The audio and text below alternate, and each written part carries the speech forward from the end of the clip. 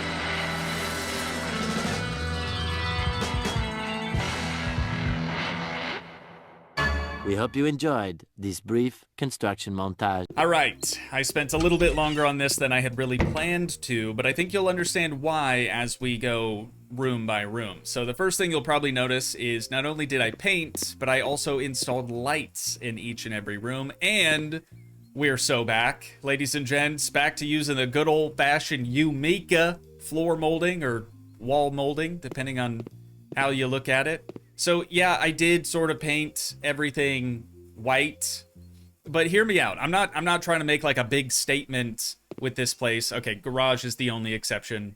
I did decide to paint the garage jet black. I just think it looks so good. I feel like I probably do this all the time in every garage, but with the lights in here too, dude, it's looking real good. Real good. I wish my IRL garage looked like this, with the floor and the drywall, really, on the walls. My garage is just like 2x6s. But the kitchen, living room, dining room, all white, everything.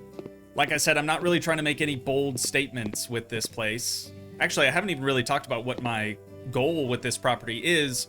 What I'd like to do is just have a good, solid rental property, because we've never been able to do that here in House Flipper before. Into the bathrooms. You probably expected this.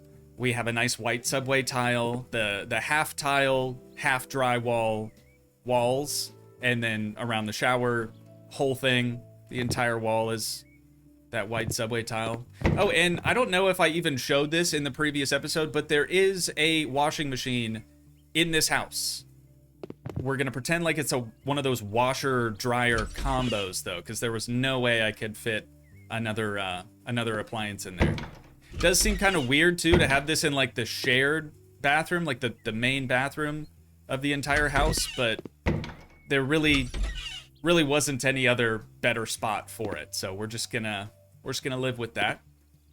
Back in the bedroom, it is all white everything for the most part, but I also reutilized some of the hardwood floor on the wall instead, sort of as a accent wall kind of thing.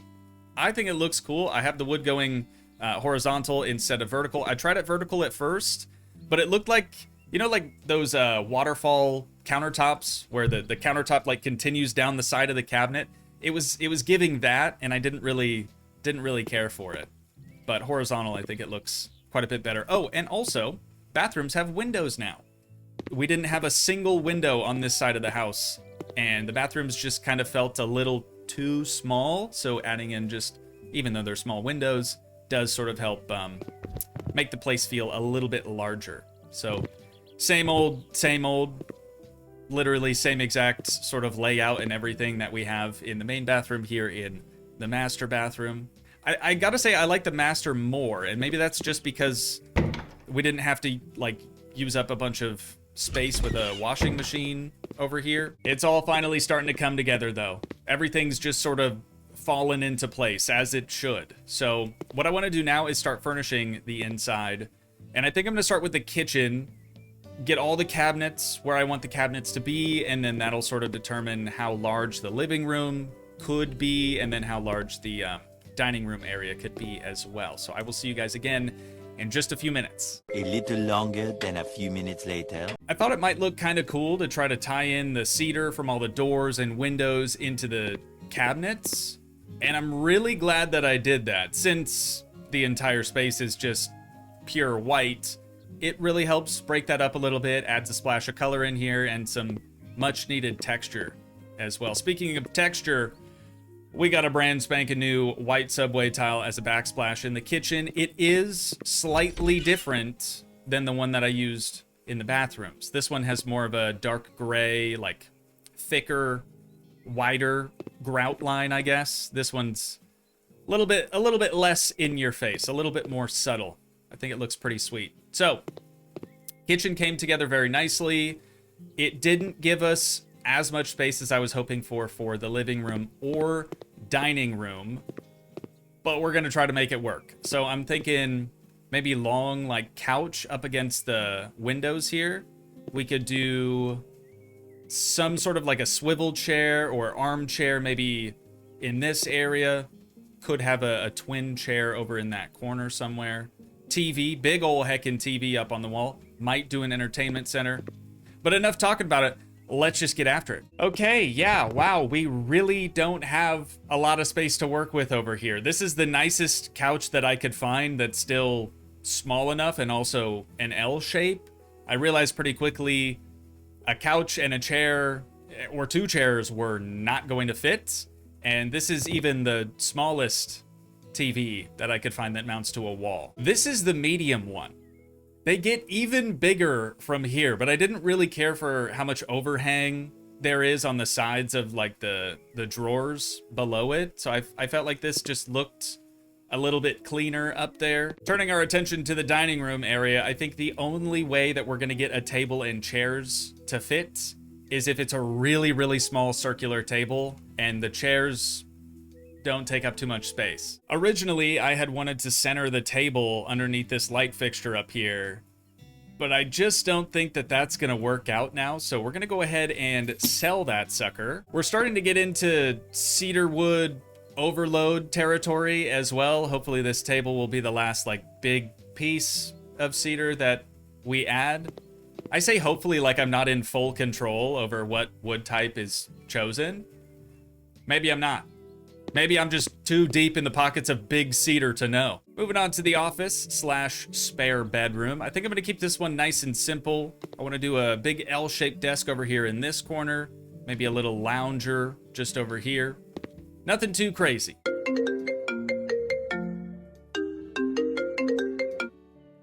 Hello? Where's the cedar? I thought we had a deal. You know what, on second thought, I think cedar would be a really good wood choice for this desk. Here we go. Like I said, nothing super crazy whatsoever. Something did compel me to make the desk cedar, and I think it looks great. Moving right along here, I did decide to add a funky little chair in the corner, just for funsies, really, but we've got a printer, a little holder for pens and pencils, and a laptop on a stand. I am trying not to go like super overboard with this property too, since it is going to be just a rental property for us. But all we have left to do now for the inside, we do still have to do some additional stuff outside, but all we have left is this master bedroom. So we'll first start with the bed, largest object in the room, and we'll go from there. Hopefully we're gonna have enough space for like a dresser and stuff, because there's no closets. What the heck is this? Okay, hang on. Did that say cedar? Pale bleached cedar, but yeah, to be fair, it is still cedar wood. How the heck does this thing work? And why can't I put it any closer to the wall? Is it supposed to be like a bunk bed? I've seen the ones that go up into like the headboard of the bed, like into the wall basically. This is new. I gotta tell you, I've never seen anything quite like this before, but it does seem weird that we can't like put it against the wall. Maybe let's try that again. Nope. For whatever reason. Oh, it's the lights. Yep.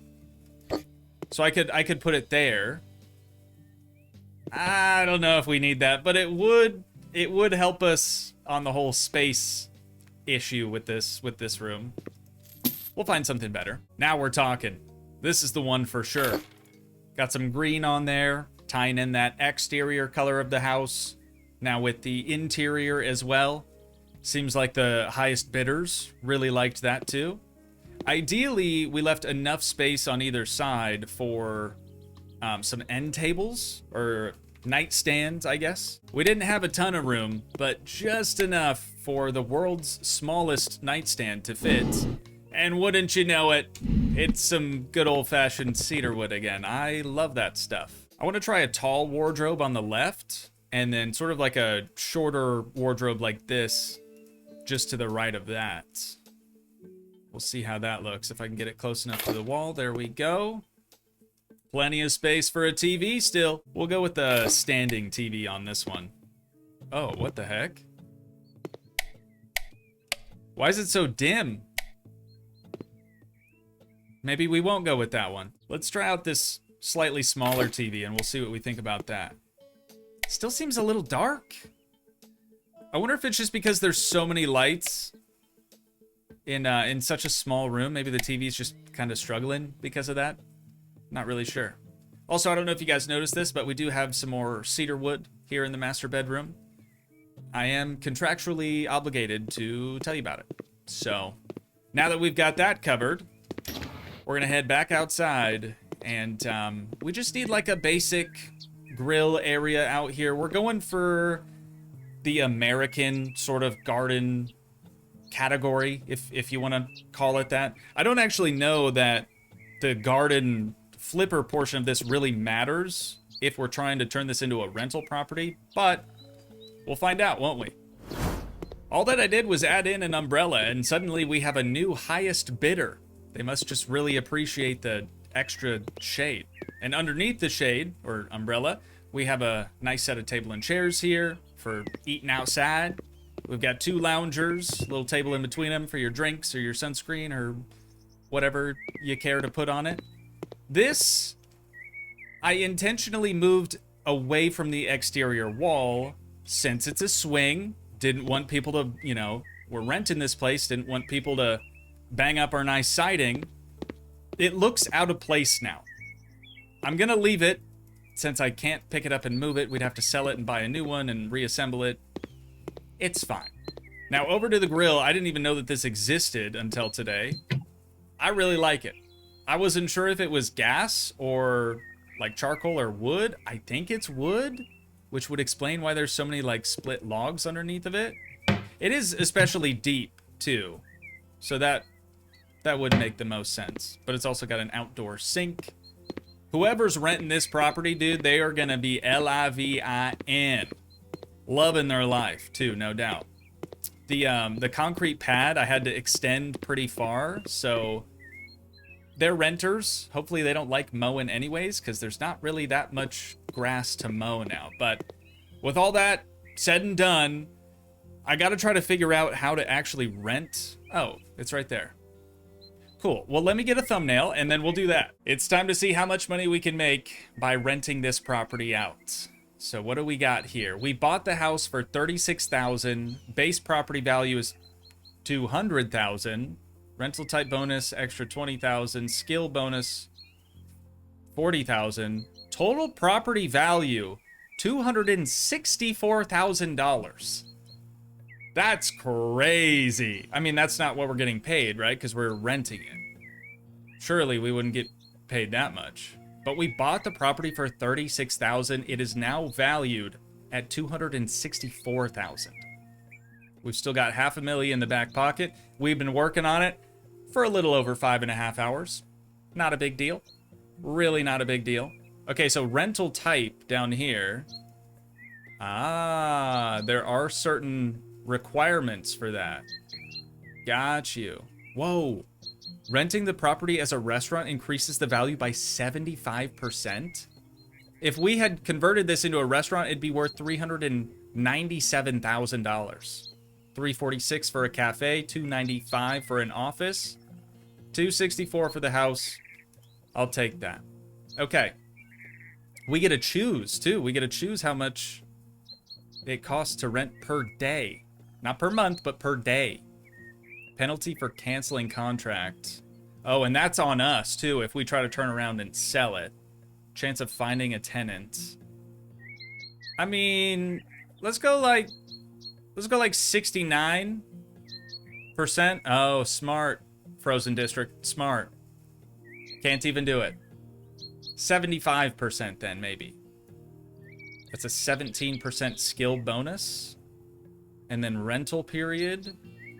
Oh, this changes it as well. Okay. Let's go for...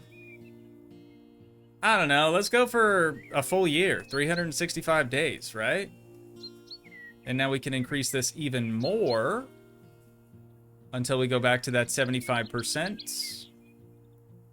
So we're looking at a rental deposit of $10,000. Recommended daily rent.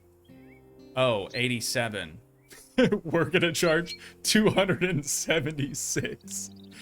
That'll be fine. I just want to make a good amount of money on the property per day. You know what I mean? I'm not trying to mess around with this whole like, oh, rent it out for, you know, maybe 1 month. Full year-long contract, you're locked in. Skill bonus, I don't know what any of that stuff up there is. Total property value, I guess I know what that is. And base property value. Anyways, look for a tenant. Property status is occupied. 365 days at $276 per day. It was that easy. It was that easy. I wonder, like, if there's any downside to not finding a tenant. Like, if that would change anything at all. We'll never know. Unfortunately, we will never know. And just like that, we are back here at our little starter plot. Does it work? It did work, but there was no mole. Okay, cool. Yeah, I didn't want to see him anyways. Totally fine. On that note, though, that is unfortunately where we're going to have to wind things down at for today. Once again, though, if you guys did enjoy, please leave a like, leave a comment, help support the dream by smashing that subscribe button, and I will see you in the next one. Thanks so much for watching, guys. Peace.